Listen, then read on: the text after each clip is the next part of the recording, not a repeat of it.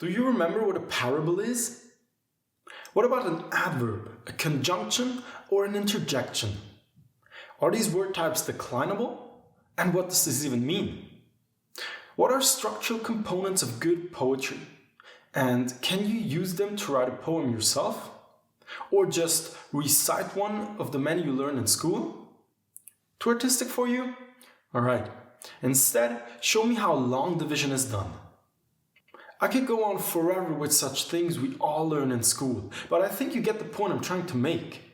Formal education is tragically good at overwhelming us with utterly redundant information.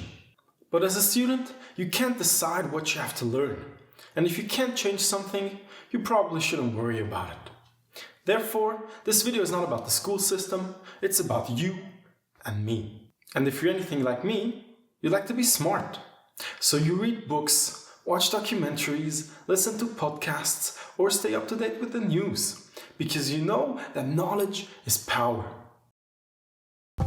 Or isn't it?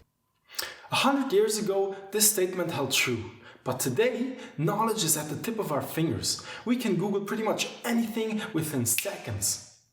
Knowledge is 24/7 available to everyone. So by itself, it only holds the potential for power. Action is real power. Why waste time absorbing knowledge when there's no application for it? Wouldn't it be more efficient to gather information when you need it, instead of collecting it just because it might be useful one day? Tim Ferriss is a big advocate on reading just in time instead of just in case.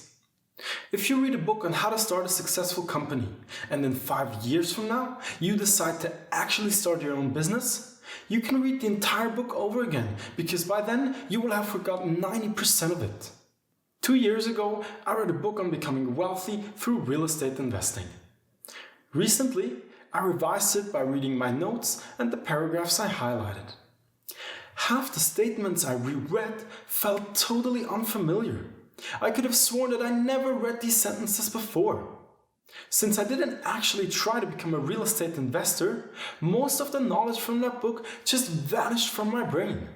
Now look, I wouldn't dare saying that non-specific reading is a waste of time. In fact, I think there are a bunch of meta skills which are overarching into many domains of life that are invaluable for anyone to learn. For example, storytelling, communication skills in general, reading faster, meditation, stress management, improving our sleep or nutrition, and many more. But then again, as someone famously said, reading doesn't make you smart. Thinking about what you have just read does. Or put more clearly, gathering information is only valuable if you actually take time to implement the learned strategies into your life. See, I read about 50 books in my life so far. Yet, I'm still an unhappy, broke student without a girlfriend, procrastinating way too often, making YouTube videos regurgitating advice I struggle to follow myself. If I'd only put 10% of the advice I read into action, I'd be a happy multi-millionaire with the most beautiful and intelligent girlfriend, 10x my current productivity, and a body like Arnold Schwarzenegger in his prime.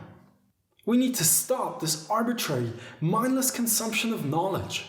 It's way more effective to pick 1 or 2 areas we want to excel at, inform ourselves about them, and gather valuable experience by starting a project. For me, this means putting down my book on investing and picking up a book on learning strategies to help me be more methodical and efficient in studying for my upcoming exams. So especially now, where people set New Year's resolutions, a very common one is reading more. If this is you, instead of setting the goal to read X amount of books, choose 1 book to read in 2022, but make sure you take time to pause and reflect after each chapter. Be proactive in putting the advice you read into action by changing your habits and establishing systems to achieve positive, sustainable change in your life. Because